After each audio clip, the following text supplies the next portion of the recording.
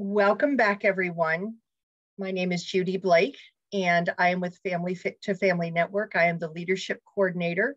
We are going to continue with the second portion of our class as we welcome back Jeff Miller from Disability Rights Texas, who did an excellent job with Ginger Mayeaux of the ARC of Texas in explaining supported decision-making, alternatives to guardianship, so that you are informed and that you can make an educated decision.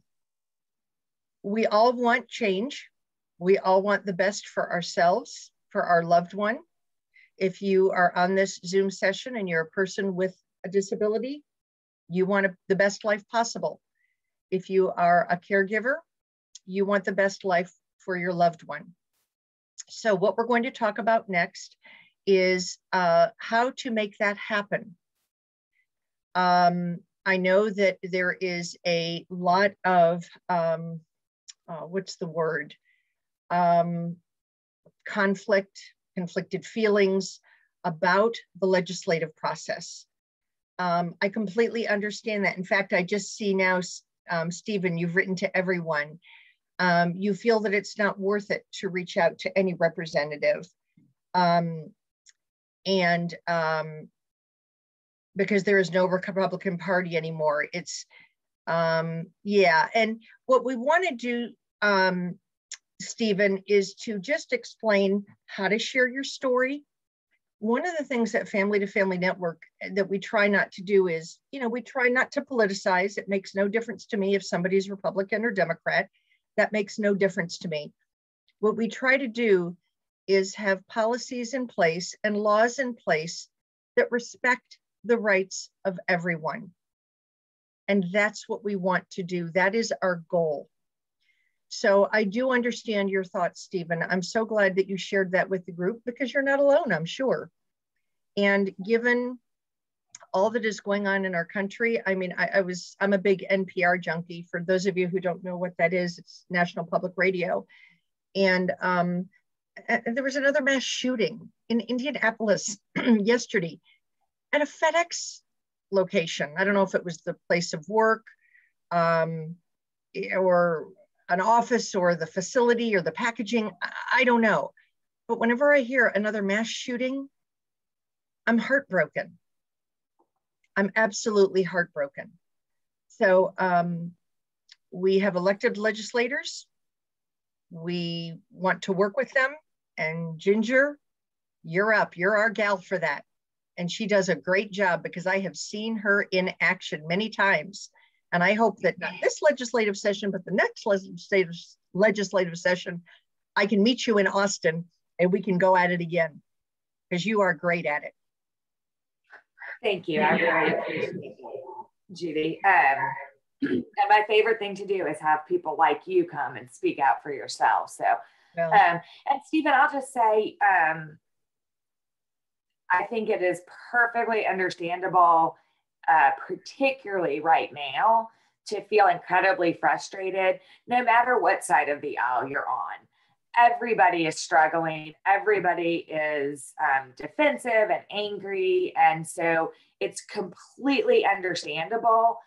What I hope you'll see out of today is when it comes to disability issues, if we can push some of that emotion and anger away, we can win, and we have won some big issues regardless of party. I mean, all the great stuff Jeff talked about, it doesn't really matter at the end of the day which legislator sponsored the bill. We live in Texas, and so the majority of the legislature is Republican, and we've still gotten a lot of great things passed.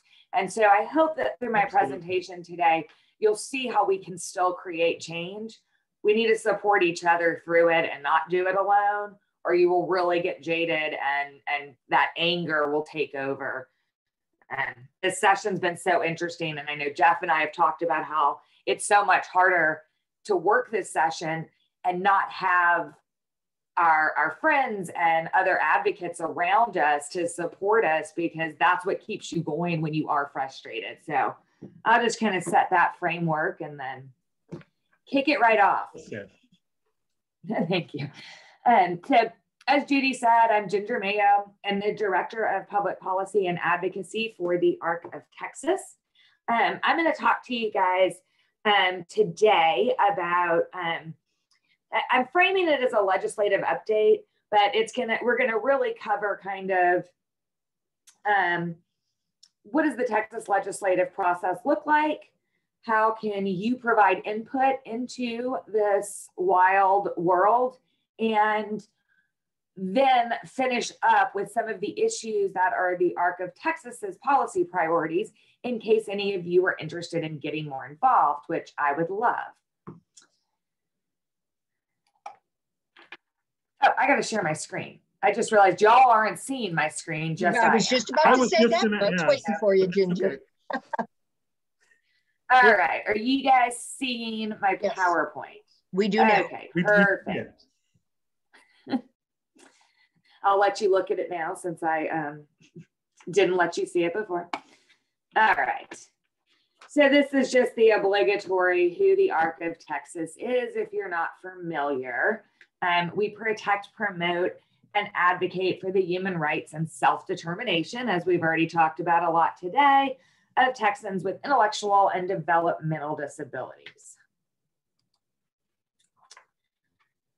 Just digging in a tiny bit more to the ARC of Texas, specifically what myself and the other folks on the public policy and advocacy team do, you can see we're a statewide grassroots membership organization. So we depend on people like you and other people across the state to let us know what's going on, what's important, what's working, what's not working.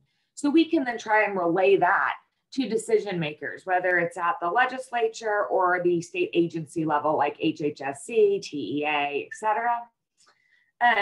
We also try and get information from them, like you'll see today, and relay it to folks like you. I see us as a liaison sometimes between the people most impacted by decisions and the people making decisions. All that being said, like Judy was sharing and I was sharing back, the best thing is when you guys are educated and empowered to speak out for yourself to where you don't even need us to be as much of a liaison. Although I love to teach and support people to participate in the process. And that's the best way to not only change laws, but to change attitudes. Sometimes even coming to, as a person with a disability, coming to testify at the Capitol. Maybe the bill you wanted doesn't pass, but I guarantee you shattered some negative false myths about people with disabilities just by showing up, being there, and using your voice. And so sometimes even if you don't get a legislative win, you get a sociological win by changing attitudes, which can then lead to more legislative wins and vice versa. All right, so let's get into the process. If you don't know, Texas is unique for a lot of reasons, but one of them is that Texas has what they call a non-professional legislature, which means, well, it means one, the senators and representatives all have other jobs in their local districts. It also means that we only meet for 140 days every other year. So we have a very long time of not being in session and then this short little blip of session. Now, if you're Jeff and I right now, we have 43 days left of session and it doesn't feel like a short blip, but in reality, 140 days is a very short time period to make change. So I cannot stress to you enough. You see, hold on, I'm trying to figure out where here we go, where my controls are.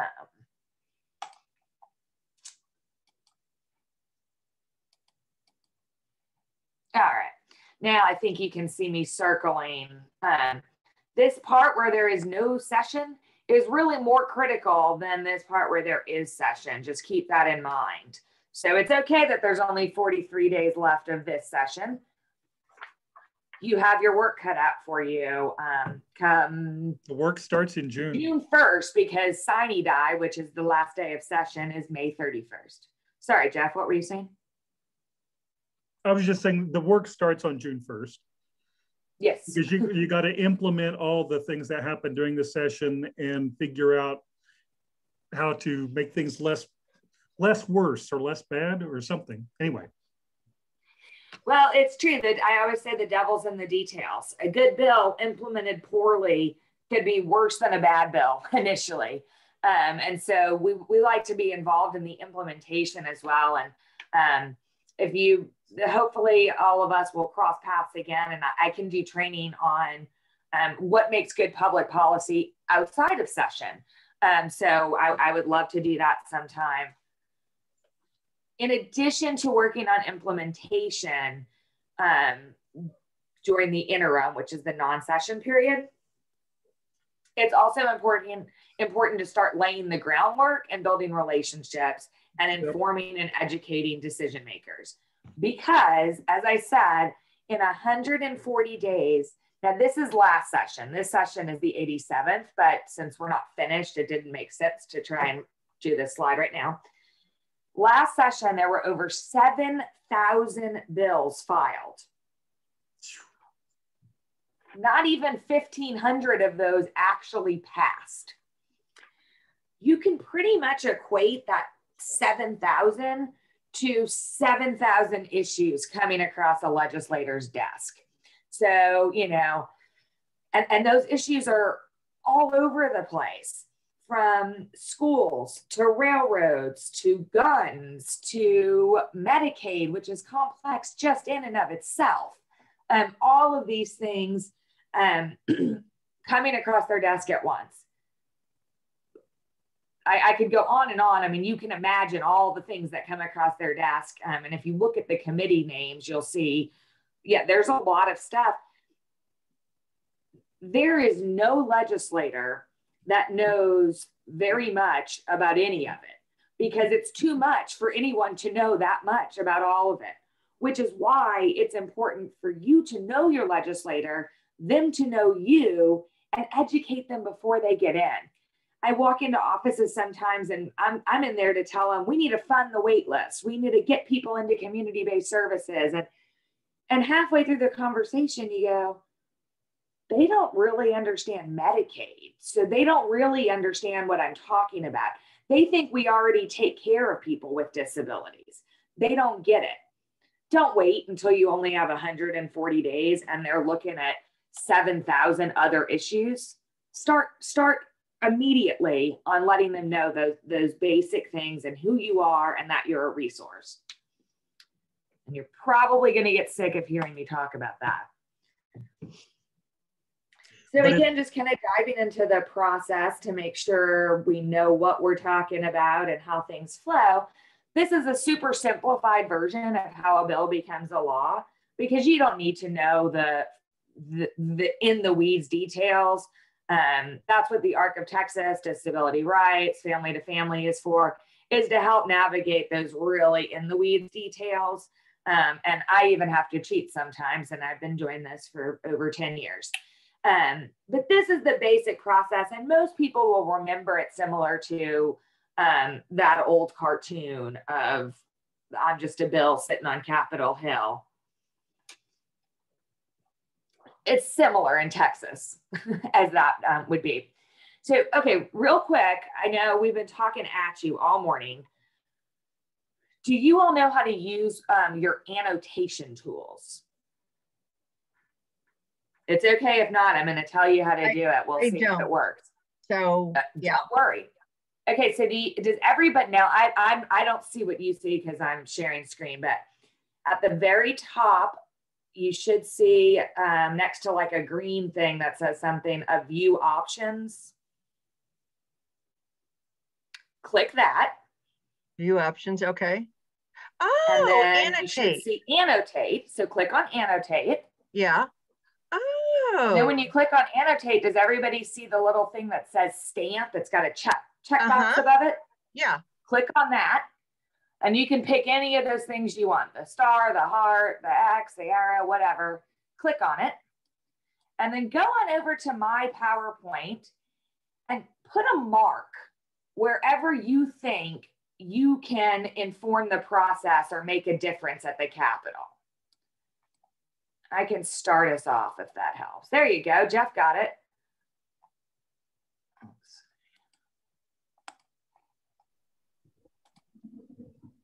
Boy, you taught me something new. I had no idea that that's how that you do that. It's one of the better things about virtual world is being able to do stuff like this. I prefer in person, but at least we've got a few things. All right, I don't think can we put more than one icon? You can put as many as you want. Okay. And don't worry, because I can see when Jeff's putting his name real quick, but then once it goes away, I don't know who put what where. So, and if you're having a really hard time and you want to put an answer in, just yell it out to me and I'll do it for you. All right, I'm going to give it one more minute.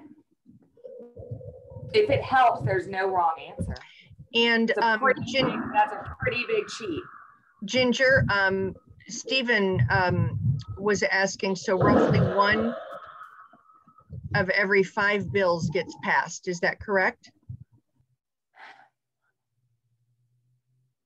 He said 19.51%. Really highlight that I am not a math person and I'm not going to pretend to be. If that is what the math on the previous slide showed, then yes, Stephen, you are correct. And I would say that last slide is pretty typical of session. I've done this same thing every session. This session, I am going to take a pretty good guess and say it's going to be different. Yeah. But typically, what we saw, the 7,000 to 1,500, I would say is pretty typical. I would agree. Would you agree with that, Jeff? This session, I think, is going to be a very different pass rate. Yeah, I think there's going to be a lot less that actually passes this session. They seem to have filed quite a bit, but and I'm really loving that somebody, I think it's Stephen, can draw a cat, because that is a skill. That's impressive. That's a young person for you. All right. So I will go in. Let's see if I can. Let's see, something nobody used. Nobody used the check mark. So I'm going to go in and tell you the answer by putting a check everywhere you can make a difference. So now you see why I said there's no wrong answer, because your voice matters in every single piece. Yes, if you're thinking, well, Ginger, when it's on the House floor, the legislators don't take public testimony. No, but they still get emails and phone calls, and they're still paying attention. And Judy, I did just clear everything. And if you ever want a Zoom tutorial, I'm happy to help. We had a great facilitator I learned from. I'll mail you desserts for that. So yes, you can be a part of everything. You can call the governor and say, I want you to veto or sign a bill. There's always an opportunity to make a difference. And if you have questions about the specific pieces, feel free to reach out. I don't want to spend too much time on these details right now. I think I could talk about it all day, but I think the best way to actually learn it is by doing it, or you won't really remember what I said. So this session's a little odd, but still reach out. And definitely next session, I hope you can all come to the Capitol and participate in all of these parts in person. I do have to say that, let me put my spotlight on. When the bill is introduced, I think people oftentimes don't think they can make a difference there. The amount of legislation that is filed because someone like you went to their legislator, representative or senator, and said, did you know this happened to me and this is a problem and we need a fix for it? A lot of legislation. And that's not always good. Sometimes it's good, sometimes it's bad. But legislators listen to their constituents, and it is oftentimes how they find out what a problem and solution can be. And so if I had hours and hours and hours, we could talk about solutions and how to develop that. But were you going to say something, Jeff? Sorry. I was just going to say that we often end up with bills being filed by people that don't really know anything about the subject matter, simply because I had a constituent come in and suggest something. So a piece of legislation is filed that is kind of going in the right direction, but really doesn't make sense. And that's why you, as experts in these areas, can really make a difference even then, because once that bill is filed, talking to the office that filed that bill and explaining based on your experience and what you know, why what they're trying to do could probably be done a better way, that really does work. It just takes us being willing to get involved. So that's what I was going to say. Sorry. No, it's totally true. Sometimes Jeff and I spend more time than we'd like trying to fix things that have come up. And then sometimes it's like, somebody had a really fantastic idea. I'm so glad they brought it forward. So if you do not know, for some reason, the past year and a half have been very interesting times all around. Which has compounded the uniqueness of this session. Like I said, I've been doing this a little over 10 years, and every session I would hear from lobbyists who had been at the legislature for 30 plus years, and every session they say, oh, this is the weirdest session, or this is the most unique session. I guarantee you, this will be the most unique session for real. If you forget about COVID and civil unrest and voting and politics for a second, politics a little hard too, and just talk about over here where I have the players. The 87th session was going to be different already, because in addition to the typical having new members, we got a new Speaker of the House. The Speaker of the House, who is now Dave Phelan, has more power than a lot of people recognize. The Speaker of the House is who determines which representatives are on what committees and who chairs those committees.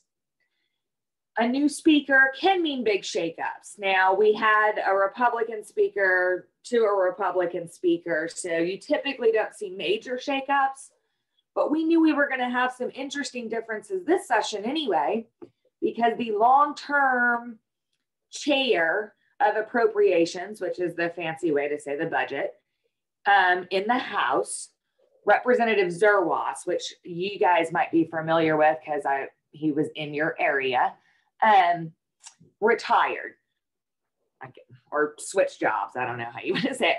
So we were going to have a new chair of the budget and the chair of the Health and Human Service portion of the budget, because they divided up to make it a little more manageable for the representatives, did not get reelected. She was also in the Houston area, Sarah Davis. So we knew we were going to have two new chairs of very important things regardless. Can I just chime in that we also got a new chair of House Public Education, which is huge. That was unexpected. That was very unexpected.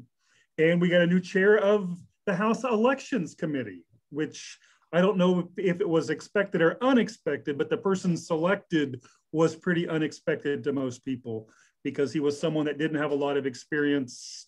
And it's been an interesting session.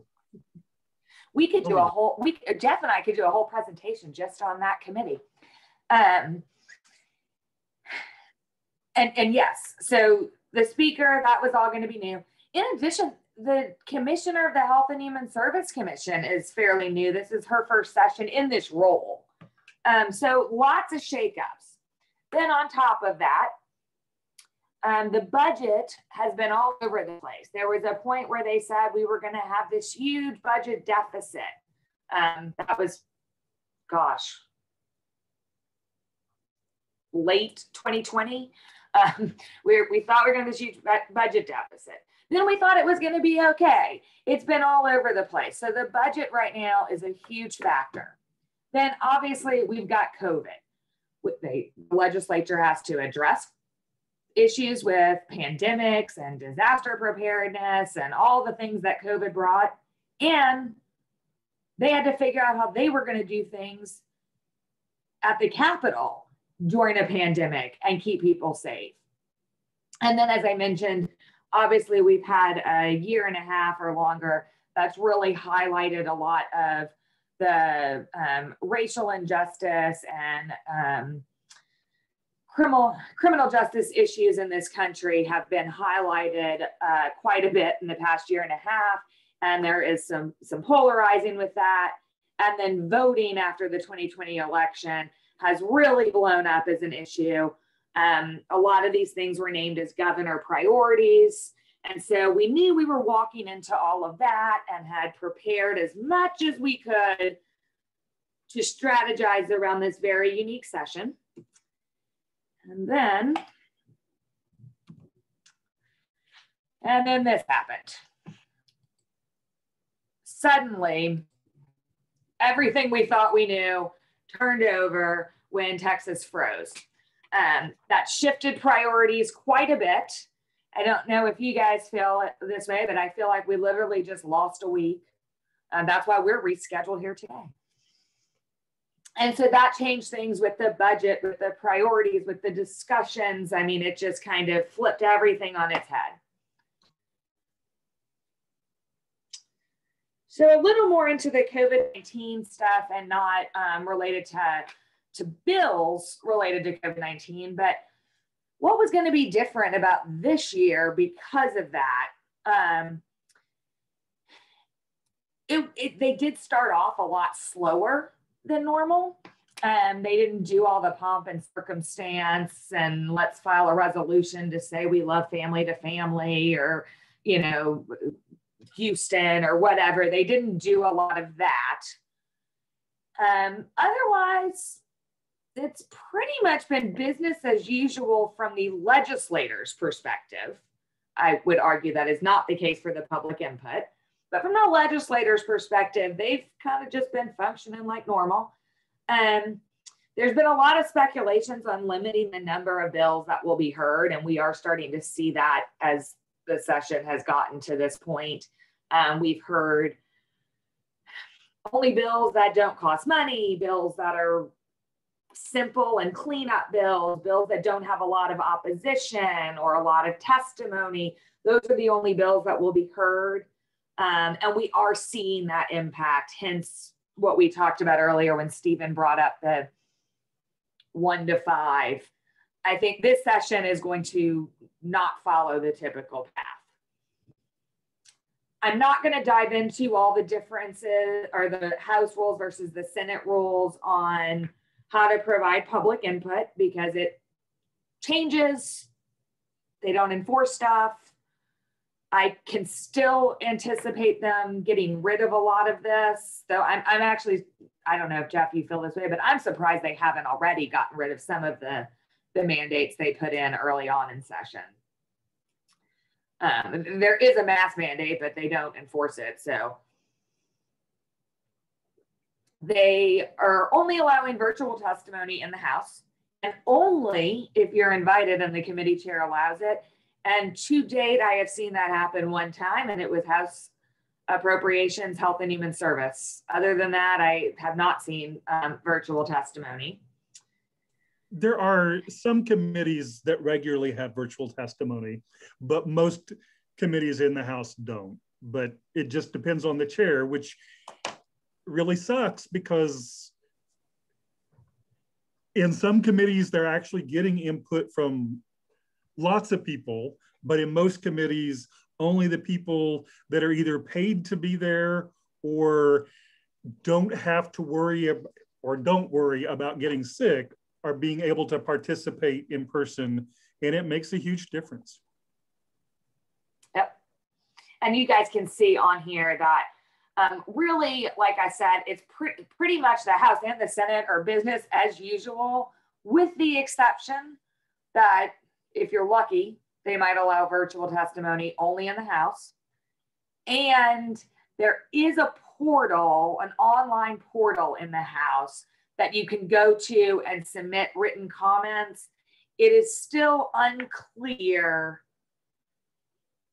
exactly what happens with those comments and if they go into the public record or not, but I would still encourage people to utilize that. Again, that's only in the House. In the Senate, if you do not go physically into the building, you cannot provide public input. Ginger, there was a question let me asked. Take that. Hold on 1 second, Judy. Let me retract that statement. You can provide public input to an office via email or phone, or sometimes through a Zoom meeting. You cannot provide public input that goes on the record like you would if you testified. So sorry, just to clarify. No, that's okay. And I apologize. There's a delay on my end, so I didn't mean to interrupt you. I thought you had finished. There was a question a few minutes ago. Is TCEQ a committee? I don't know what that means, Stephen. Maybe Ginger and Jeff do. If you want to type it in there or unmute yourself, please feel free. I can't think of what that would even be an acronym for.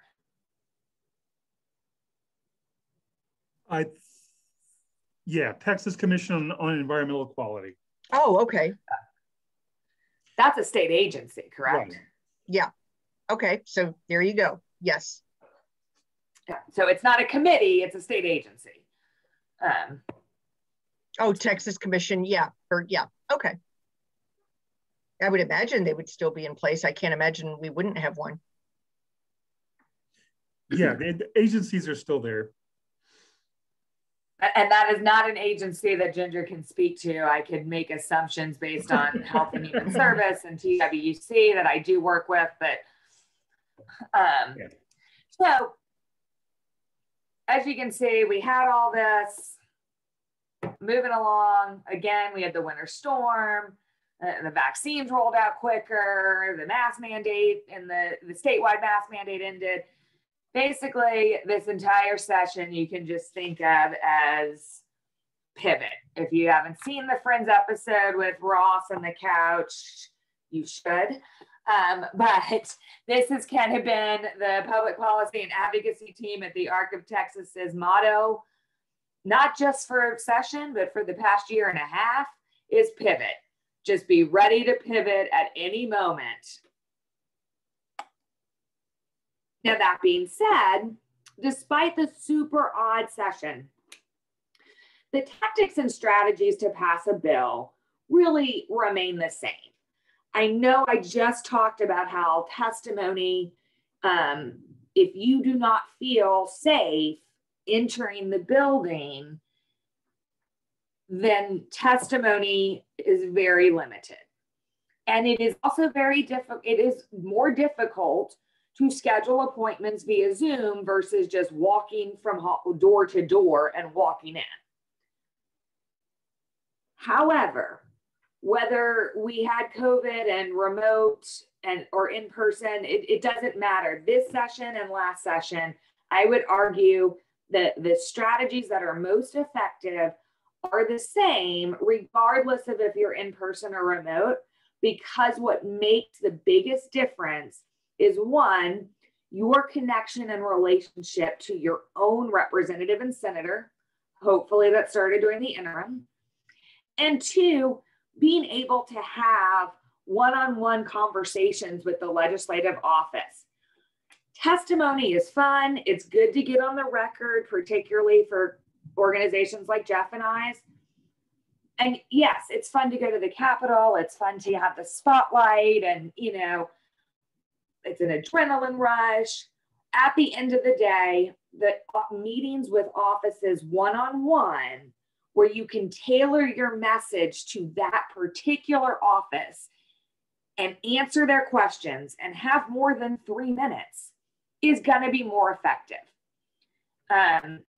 When you have 7 people sitting on a committee or more, one person may not know what Medicaid is, and another person may have worked in the Medicaid field, and you have 2 to 3 minutes to explain something to people on different ends of the knowledge spectrum.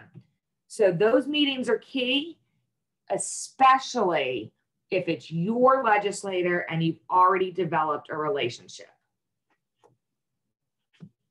Again, you're going to get sick of hearing me talk about relationships and the interim, but Jeff and I have had some really good meetings this session with legislators, usually because a constituent got us in the door with them. So, you know, something I want to mention, Ginger, I could never get tired of you discussing relationships.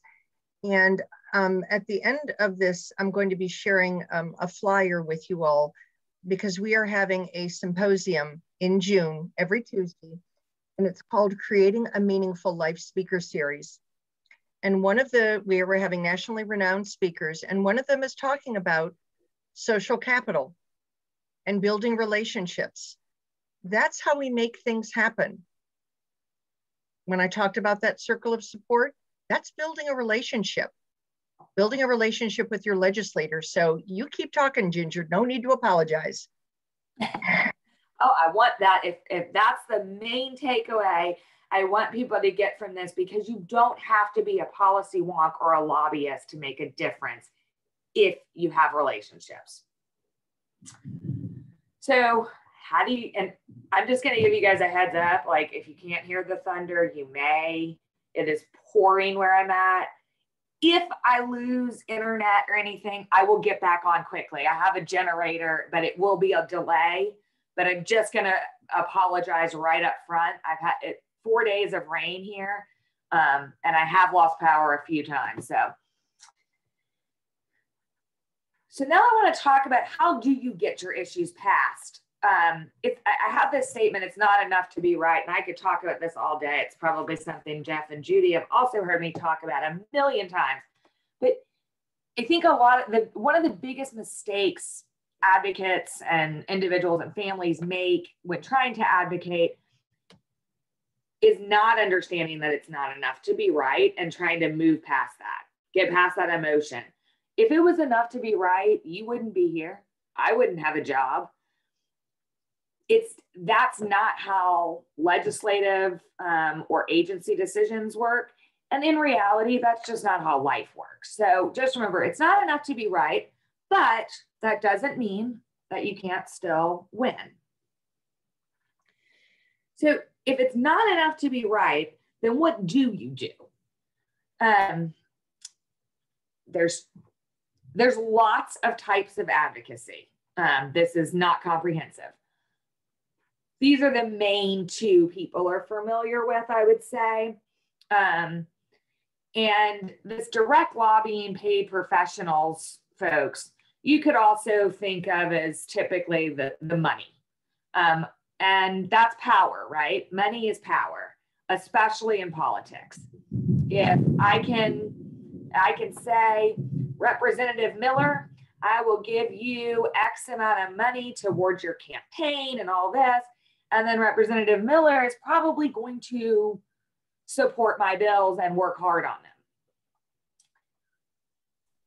I'm willing to bet that most of you do not have the same type of money that some of these lobbyists and corporations like HEB, Microsoft, I don't know. Jeff? Can I make one little comment here? Oftentimes when we're talking about direct lobbying, it isn't just that if I contribute to your campaign, I'm going to vote the way you want me to. In most situations, it's really more about, if I contribute to your campaign, you're going to answer the phone when I call or read my email. It's having direct communication with the policymaker to be able to make your case, to convince them to support the things you are supporting. That's really what direct lobbying is supposed to be about. It's not really supposed to be about paying someone to vote the way that you want, although sometimes you wonder. but I just thought I would throw that disclaimer out there. Not all of us that are registered lobbyists are bad people. That's a very good distinction, Jeff. Thank you. And again, if I had hours to only focus on like advocacy strategy, we'd really dive into the different power plays in these things. But with this, it's getting that access typically costs money. And, you know, like pharmaceutical companies are a great example, right? They got a lot of money. They got a lot of lobbyists. Y'all probably don't have as much money as the pharmaceutical company. And if you do, I can send you to the ARC of Texas's donate page, but I'm willing to bet that's not where your power is. But that's okay, because as much as you probably don't feel it right now, there is more power in the grassroots citizen-based advocacy, because no amount of money or lobbyists can trump the vote. That I know there might be arguments with that right now, but in reality, if you do not get enough votes, you are not in office. And so that grassroots power as a constituent is key.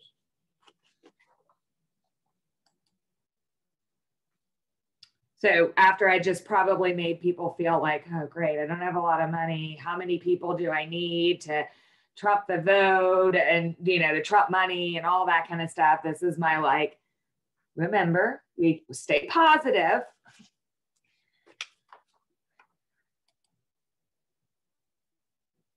Back to relationships.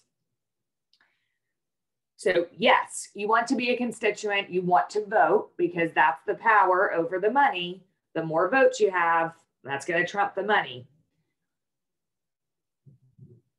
But you also want to show that you're voting, and you also want to educate the legislator. It's not just enough for them to get in office, like I said, Stephen, to your point, you can have a Democrat get in office. If they don't understand disability issues, they don't understand Medicaid, they don't understand education, they only come from their perspective, they think we already take care of people with disabilities. Doesn't matter if they're a Republican or a Democrat, they're not going to help out this population because nobody's told them about this population. So just like a relationship with anyone else, that's how you build relationships with legislators. You want to become a trusted person to the legislator by making the issues real to them and being credible. And then you want to constantly follow up with them. It's not just hey, I shook your hand once and now I expect that when I go to the Capitol, you're going to be like, hey, what's up, Judy? Like, no, relationships take work and ongoing communication. And the more personal you can make issues and the more personal of a relationship you can develop, the more likely that person, that legislator is to remember you. But don't make it scary, because again, it's just like building relationships with anyone else. You might start with sharing a story, and then that leads into them having a question, and then you give them some facts. And the more they learn to trust you as a person that can inform them, the more they'll depend on you, and it'll build that relationship.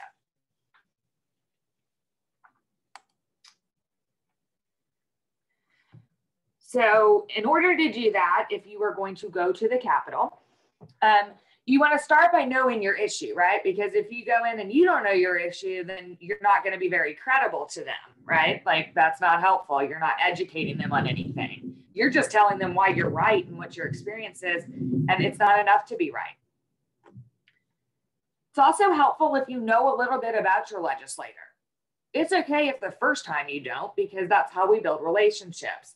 But we learn. Maybe you know, hey, Dave Phelan, I heard you go to this church, or you like to play basketball. I don't know that that's true. I'm making that up. But develop some sort of relationship that isn't even necessarily about your issue. And you've already started that relationship building and laid that foundation. I'm just going to say I cannot highlight enough the importance of relationships during the interim and regardless of who your legislator is. This picture that I'm circling, can you guys see when I do this? Can you see the little red dot? Okay. Yes. That picture was taken, gosh, probably in 2018. This is Dade Phelan. He's now the Speaker of the House, and this is Representative White. And then this is Matt and his mom. They're members of the Arc of Beaumont. We had a legislative listening session at the Arc of Beaumont. They came, already knew the Arc, their mission, their members, people with disabilities. No one had any idea that Dade Phelan was going to then become Speaker of the House, which this is this session. This is our board president and the executive director of the Arc of Beaumont and our CEO with the Speaker of the House. They didn't build the relationship with Phelan because they knew he'd be in this big power position later. They built the relationship as constituents and now are benefiting more than they could have expected.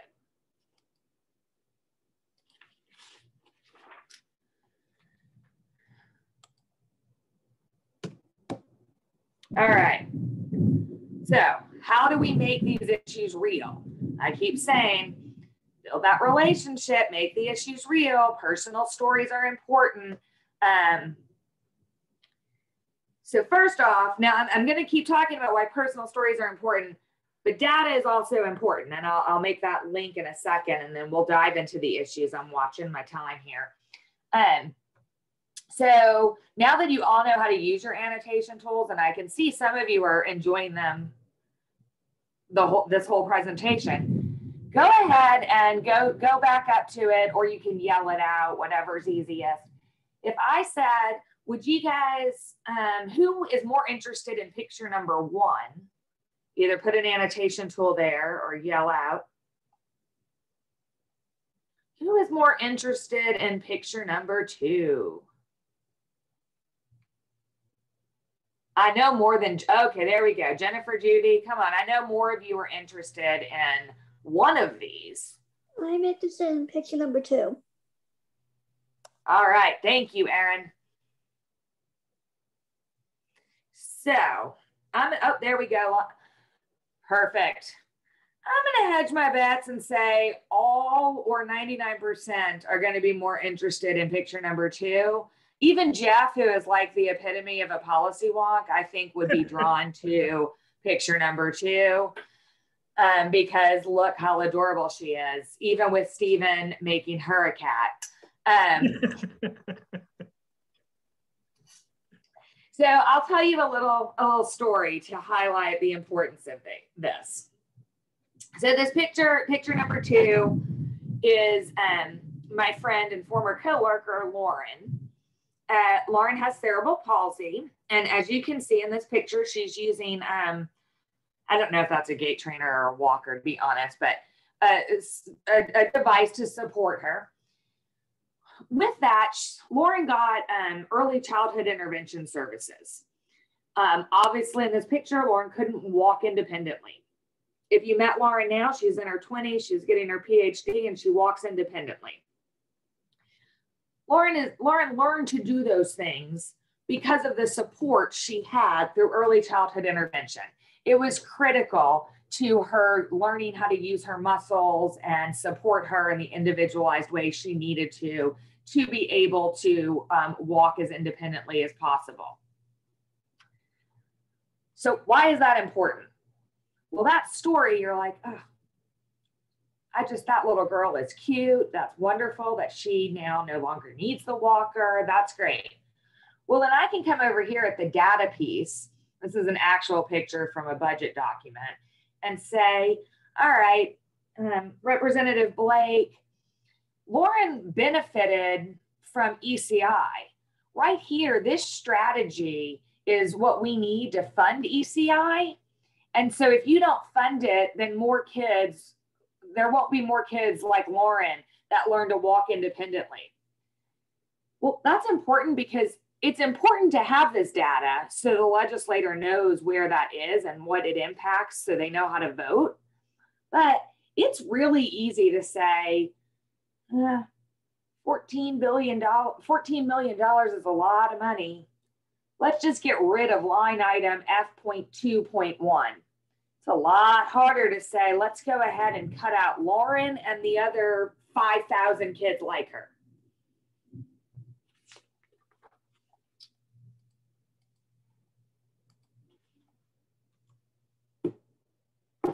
All right, so we're almost to the issue areas, so which is what I was hoping to be done ready for at 12, so perfect. So how do you prepare your story? Obviously, the story I just told about Lauren, one, it's not my story, it's Lauren. So, and two, I'm simplifying in the interest of time, but still got the point across. It was short and simple because we don't have a lot of time. The same is really true with legislative offices. A lot of you might be familiar with what we call an elevator speech. So if you get on the elevator, which this actually happened with Judy one time, and Sarah Davis is in the elevator. I'm remembering this as I speak, Judy. Representative Davis is in the elevator. Well, she's not going to sit on the elevator and keep riding it with you. And she's probably in a hurry to get somewhere. So you want to have your story and your ask ready to go and quick and easy. So by the time you get to the top floor, when the door opens and Sarah Davis gets out, you've gotten to share your story. So keep it short and simple, or KISS, I think is the helpful way to remember it. And sometimes when I have advocates in an office or something and they start getting a little rambly, which I'm guilty of, you can just kind of whisper KISS to help remember. Keep it short and simple. I know I said the narrative of the story is what draws you in. But then remember, I had that data piece that went with it, which is partially the call to action and partially what makes you credible and helps the legislator know what to do. Because if you have 7,000 issues coming across your desk, just hearing about ECI might not help you put the pieces together of what you need to do and where. Don't worry if you don't have the data piece. That's part of my job, Jeff's job, etc. But remember that the storytelling and the data go together like peanut butter and jelly. And you can always rely on us to bring the data. I can't bring the story. I don't have a disability. I'm not a parent. So I need you all to bring in the story, the interesting piece, the relationship building piece, the making the issues real. I'll deal with the data, or I'll give you the data to share. Other things to remember, you want to start out with your main goal, grab their attention, kind of think about your why ahead of time. Make sure, because if you don't know your why, you probably don't have a call to action. Think about who you're talking to. Again, back to if you're in an actual room, if you're in the legislative office versus trying to talk to the whole committee at once, you can think about who you're talking to and tailor your message. There are legislators that have kids with disabilities. You're probably going to talk to them a little different. There are legislators who focus on education issues. You're probably going to talk to them about education issues different than you might someone else. So think about that, tailor your message.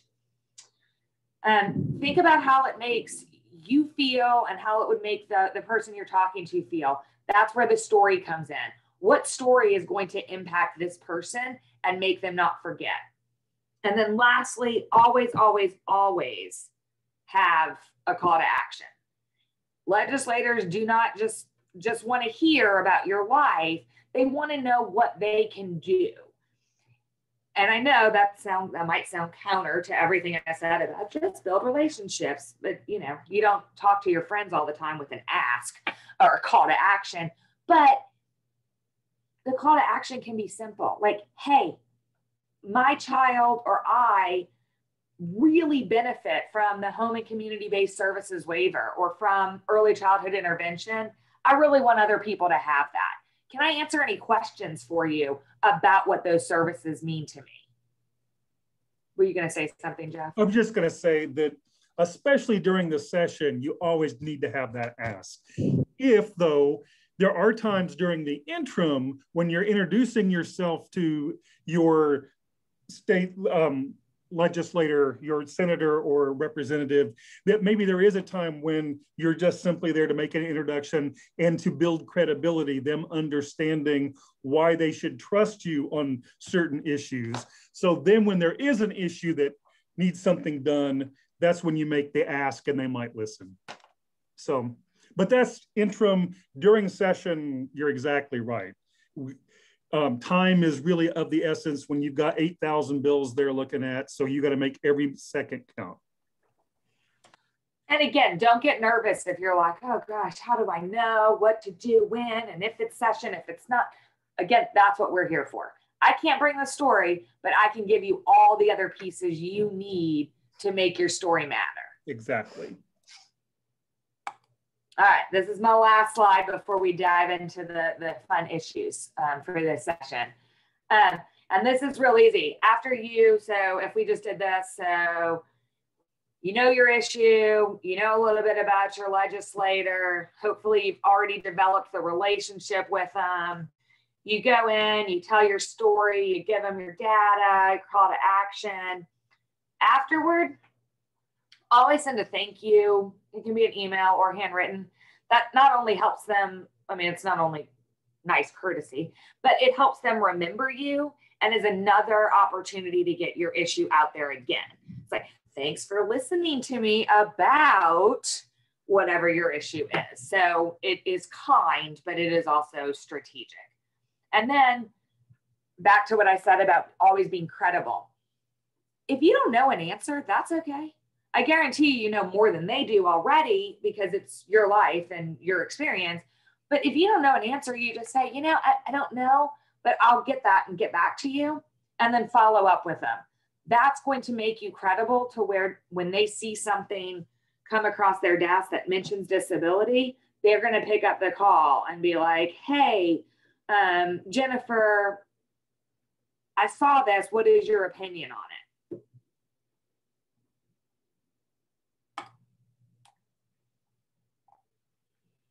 All right, are there any questions about advocacy, processes, storytelling before I dive in here?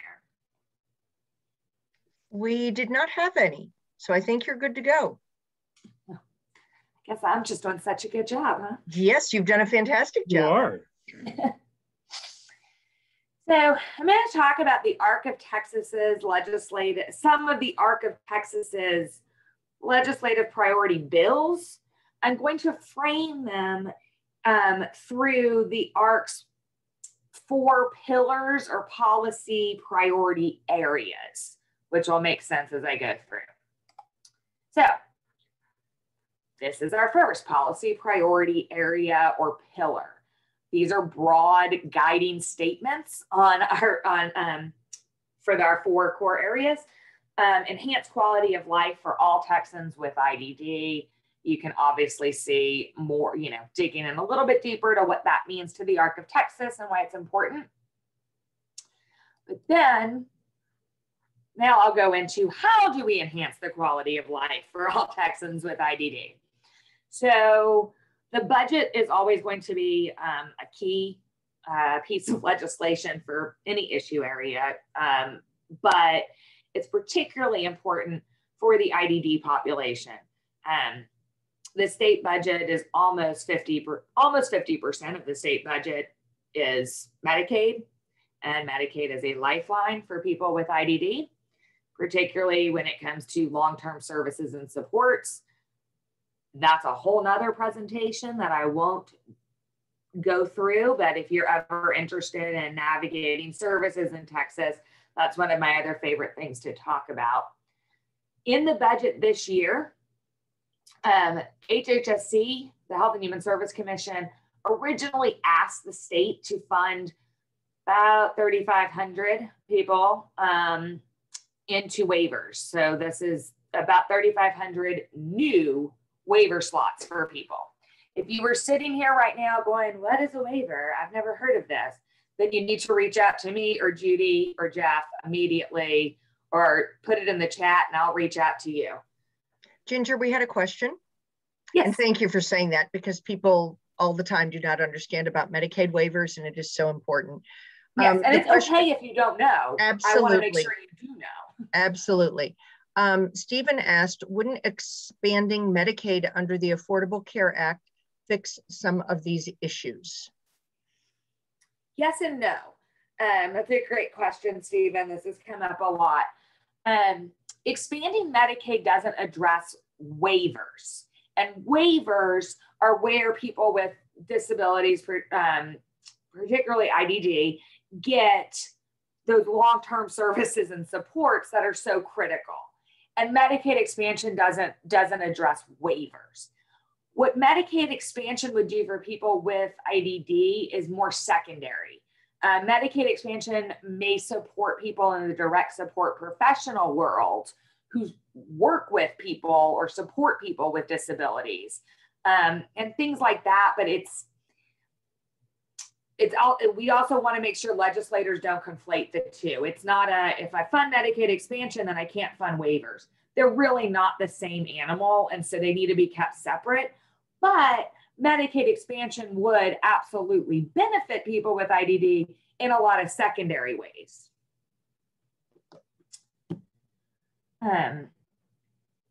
As of now, out of this 3,500 requests from HHSC, and if you're unfamiliar with the budget process, I don't have time to go into it in detail, but in a nutshell, the Senate and the House will both pass their own budgets, and then they'll come together with whatever doesn't match up, and they go into what is called conference committee, which is a handful of senators and a handful of representatives, and they'll hash out the differences until they have one budget. Very simplified version of that. But so right now, the Senate's version of the budget, they just funded a tiny portion of this request, not even half. And they put the rest in what is called Article 11. I'll come back to what that is. And then the House put all of this request in Article 11. Article 11, if you're a glass half empty or a glass half full person, that'll depend on how you look at it. Some people say Article 11 is where items go to die. And some people say Article 11 is how you keep them alive. Regardless, the good news is it's not out of the question that we can't pull the full 3,500 slots out. That is still possible. And I would love y'all's help when we go into conference committee to reach out and explain why this is so, so important. We are following lots of other areas of the budget, but we're really focusing on the funding of the wait list. It's a top priority for the ARC of Texas and our members. But if you have questions about other aspects, you can reach out to me outside of this. These are some of the other priority bills we're looking at. In the interest of time, I'll kind of sum up. 4571 and 3720, no, I'm sorry, that is not correct. Ignore that. 3720 and 2028 both have pieces in them that look at addressing the wait list or changing the way we manage the wait list, gathering more information about people on the wait list. We are working very hard to ensure that any change to how we manage or view the wait list has incredible amounts of stakeholder input and comes with adequate funding. At the end of the day, legislators can think we need another solution to eliminate or reduce this 170,000 person wait list. The only way to truly address it by giving people supports is funding. And the ARC of Texas believes we can only reduce that list by providing people the supports they need. No other way would be acceptable. What we like about 3720, and it's kind of hard to see, but it is bolded, is 3720 is a fairly measured approach to gathering information about people on the wait list, people with self-report, kind of their situation. but it has this huge piece to it where it makes the Texas home living waiver financial eligibility the same as all the other waivers. So if you're unfamiliar, all the other waivers are at 300% of SSI and don't look at parental income if you're a kiddo. So most kids qualify because they don't have income.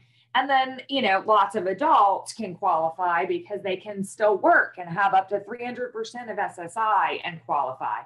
Texas Home Living does not have either of those financial eligibility increases. I don't know the best word to use.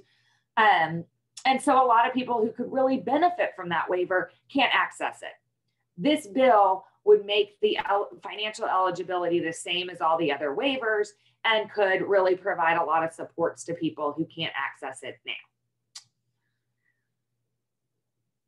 4571, this first one right here, develops an IDD coordinating council, which in a nutshell would help implement and track and report on an IDD strategic plan.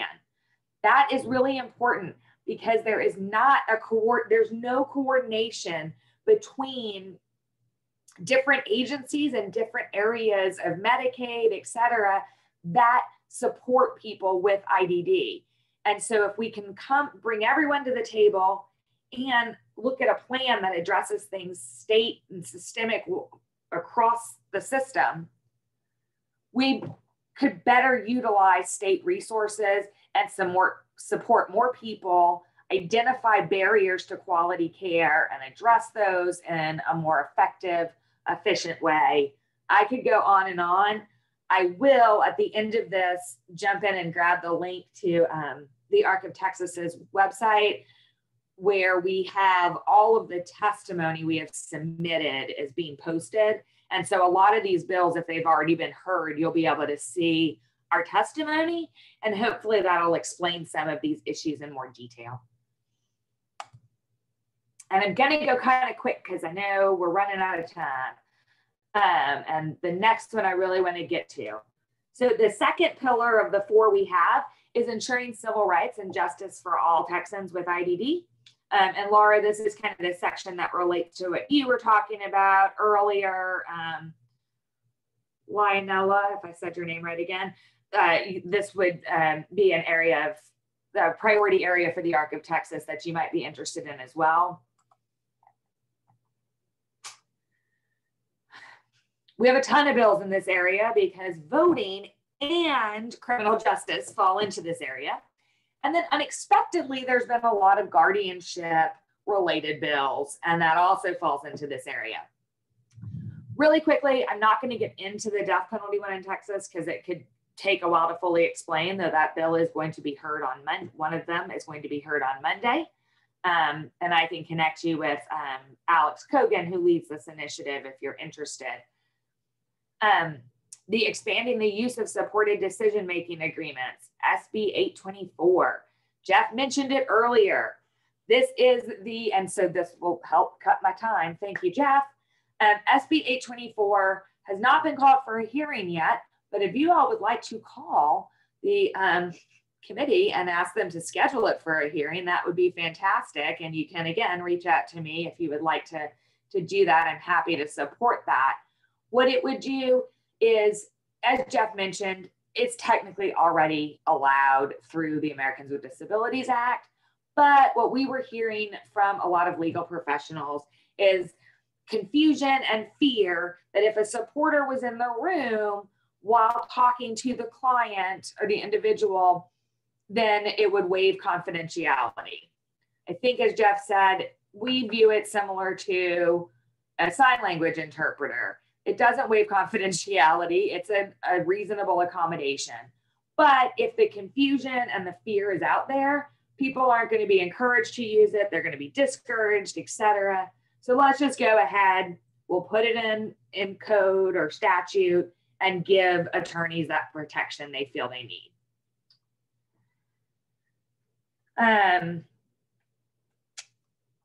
Gosh, I could talk all day about HB 1675 and SB 7 and HB 6, but in the interest of time, HB 1675 is incredibly relevant to the presentation you've just heard Jeff Miller give. So HB 1675 is, and Jeff, correct me if I say something wrong, but it is a bill that would allow parents, only parents, of children who are about to become adults, so they're about to turn 18 or when they turn 18, with profound intellectual disability, no, that is not defined, to receive guardianship of their child without the court process or due process that is currently required in statute. Some of you may be going, well, that's great. So you're endorsing that or saying, no, don't do that? We are not endorsing this at all. Thank you. Good. It's scary. It is very scary because although you might be sitting here going, yeah, but I need guardianship for my loved one. Why? And I love them and I'm their parent. Why should I have to spend this money and go through this process? So what I ask you to do is take the money out of it. We agree that you should be able to get guardianship if needed, regardless of how much money you have. That is a separate issue. There are ways that we can support people and change things about the cost. Keep that separate. Eliminating due process for people in order to take their rights away is not okay. I'm trying, I could say so many things about this, but we had a family meet with a legislator with Jeff and I the other day, and mom was able to talk about the fact that she had just gotten guardianship of her son and that it was a really hard process and an emotional process, and she didn't enjoy it, but she was really glad that that process was in place because it helped her understand what the other options were. And she saw that the visitors and the courts were really looking out for her son and making sure that this was really what her son needed and that she wasn't abusing him. And that is so, so important. Just real quick, as I know we're running short of time, but one of the things I think about is it's such bad public policy to make a determination that in certain circumstances, people that have intellectual disabilities aren't worthy of the same protections as other people. Well, we know these people are in a good place because it's their parents. So what's wrong with getting rid of due process protections?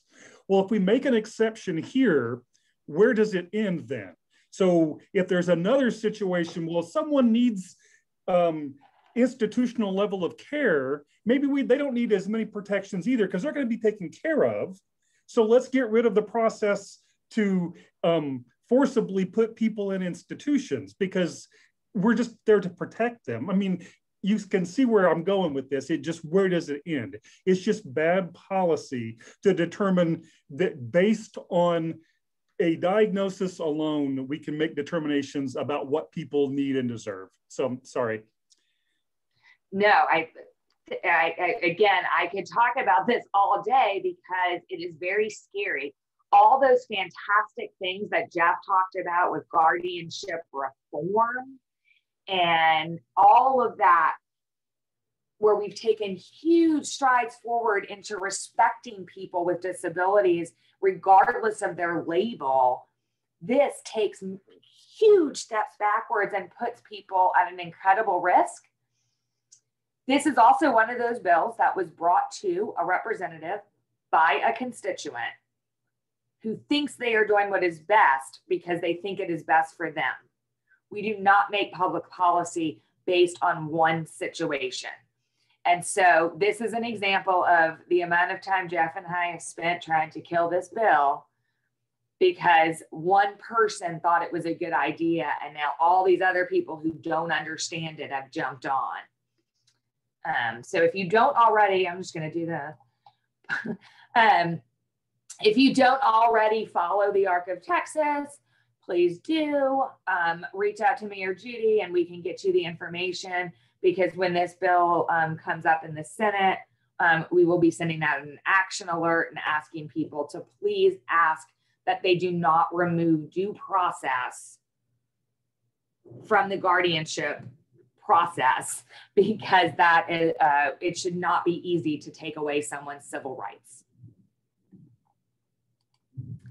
Okay, I know I only have 4 minutes, so if you'll bear with me for 1 second. I don't have time to get into the bad voting bills. I'll go ahead and make this real clear too. These are both really bad for people with disabilities. If you want to know how bad, call me. Yes. Again, you know, Stephen, this could be regardless of whether you are a Republican or a Democrat. Yes, these are Republican-led bills, and they would argue it's about voting integrity and security. What they don't understand is people with disabilities. And both of these bills will severely negatively impact people with disabilities. It makes it a lot harder for people with disabilities to vote by mail, to use curbside voting.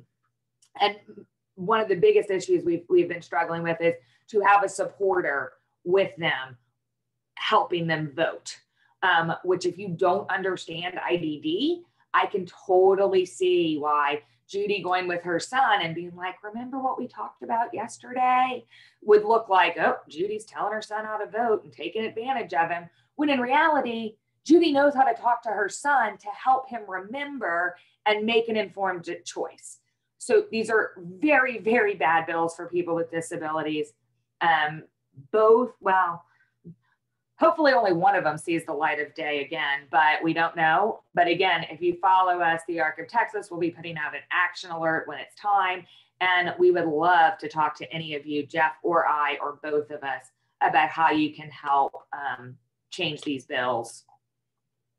I say change because they will probably pass. One of them will pass, but the governor priority. But if we can get at least the provisions that impact people with disabilities removed or amended to not negatively impact people, we'll take it. Yep. Look, I have my own drawings on there. All right. I don't have time to get into this, but our third pillar is enhancing competitive integrated employment for Texans with IDD. I'm going to go ahead and hedge my bet that the transition of DAHAB is probably a big thing for some people. So I could talk about that all day. It's a big thing with the budget, with the Health and Human Service Commission, et cetera. Reach out to me. Our last pillar is, or the fourth pillar is ensuring inclusive education for all students with IDD. This is just a handful of like a gazillion bills in the education world. It is not my specialty. Ashley Ford is our policy specialist on education, though Jeff Miller also has extensive knowledge of these. So I'm going to just leave that. I know Judy's going to send this out. And then I'm going to do this since we don't have time. These are just reminders. Remember, treat it like any other session in terms of strategy. Relationships, relationships, relationships. Personal stories combined with the data, one-on-one meetings with offices, whether in person or via Zoom. We took a stance this session where we decided to be very strategic and focused on just a few new bills so that we could play defense. I am glad we took that stance based on how this session has gone. I will fix that. There's a G right there. You will have my slides from Judy, but since I'm out of time and there was a lot we didn't cover. All right, tell me in a second, what are you seeing? It's okay if you're seeing my Gmail, I don't mind. Yeah, no, we're seeing your screen if you want to stop sharing, unless you wanted us to see something. Now, are you seeing the ARC of Texas website? No, now we're seeing your Gmail. There, now we're seeing the ARC of Texas. Okay, now we're seeing us. There you go. Got it. It was just a delay. Hold on. I'm just going to show you this one thing. Okay. If you go to the ARC of Texas website and you go to what we do, and then here are all those priorities. Again, these are broad priorities. They don't list specific bills. You can see that kind of our guiding light, I see it as. But if you go to what we are tracking, every now and then this page glitches out. Yeah, say it's going to glitch out on me, but let's see if I can go to quality, community services. It's probably my internet, but I promise you, typically when you go here, you will see all the bills we're tracking. And if they're really important bills to us, we'll have a little blurb about them to help you understand. And then you can click on them and see what they are. And then in addition to that, this is also where you can see all of our testimony from this session.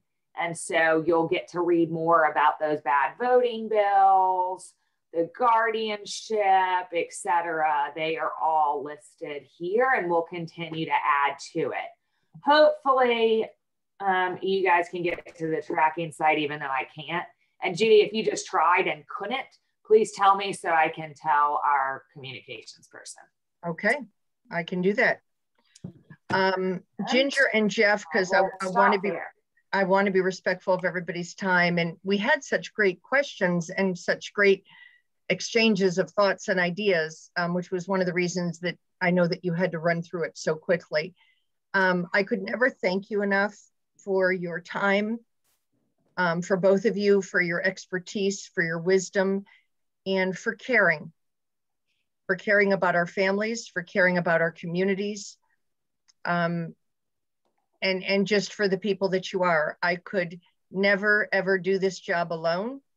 It is because of people like yourself that I was able to succeed these last almost 5 years the way that I did. So I'm just so grateful to you both.